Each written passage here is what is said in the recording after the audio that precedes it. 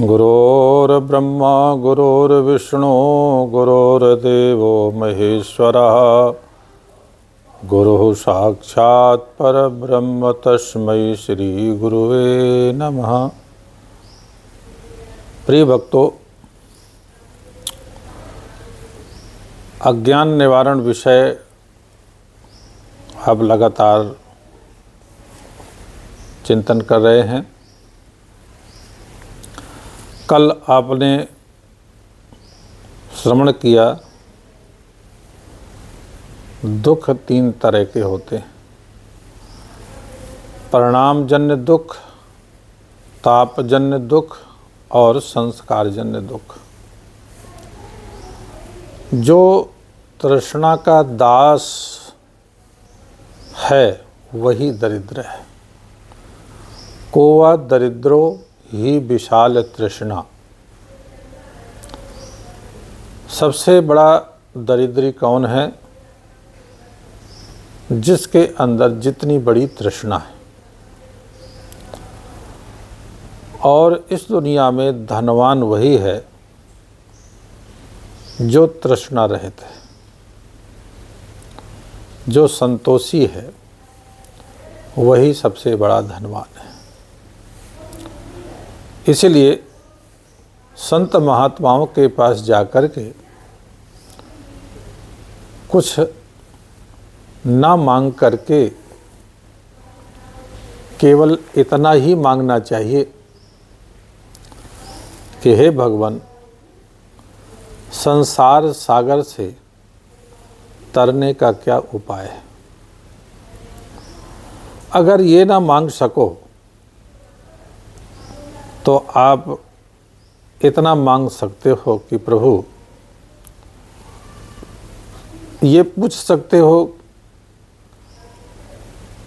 कि भगवान को कैसे प्राप्त किया जाए। और अगर आप ये भी नहीं पूछ सकते हो तो केवल ये पूछ लीजिए कि भगवान, आप ये बताइए कि मैं कौन हूँ। केवल इस एक प्रश्न से ही आपका आत्म कल्याण हो जाएगा। और देखिए, उदाहरण है कि किसी एक ब्राह्मण की कन्या थी। वो कन्या जब युवा हुई तो पिता ने अपनी पुत्री का विवाह एक बालक वर खोज करके विवाह तय कर दिया। शादी होने से एक सप्ताह पहले ही वो वर की मृत्यु हो गई। बड़ा दुख हुआ। दूसरे साल पिता ने दूसरा वर ढूंढ करके विवाह शादी तय कर दी, पर अभी विवाह नहीं हुआ था और एक हफ्ता पहले उसकी भी मृत्यु हो गई। इसके बाद तीसरे वर्ष फिर पिता ने एक लड़के को वर ढूंढ करके विवाह तय किया और शादी के तय वक्त से एक हफ्ते पहले ही उसकी भी मृत्यु हो गई। अब तो इस डर की वजह से कोई उससे विवाह नहीं करता था। उसकी उम्र 40 वर्ष की हो गई।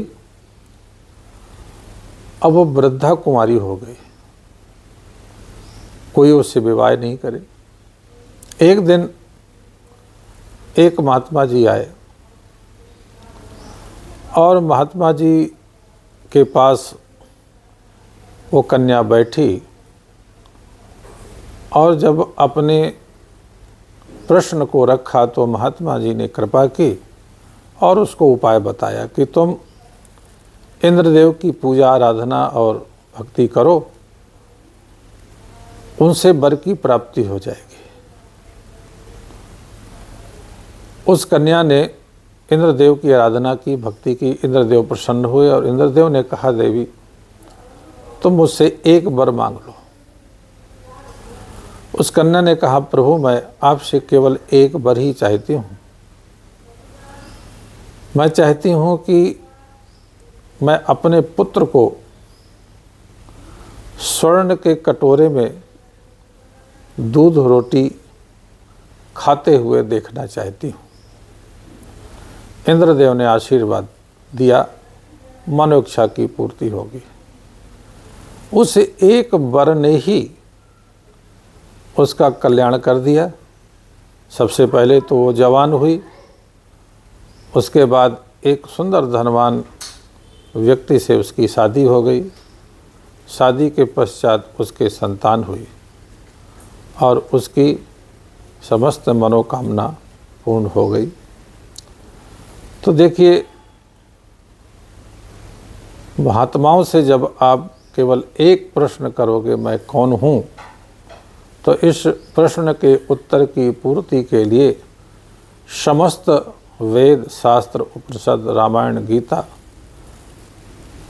आपके यहाँ प्रकट होना पड़ेगा, आपके सामने आना पड़ेगा। इसलिए मैं हूँ यही वेदांत है। मैं हूँ यही वेदांत है, स्वरूप भगवान आत्मा है। इसके जान लेने पर फिर कुछ जानना शेष नहीं रह जाता है। जय श्री राम, जय श्री कृष्ण।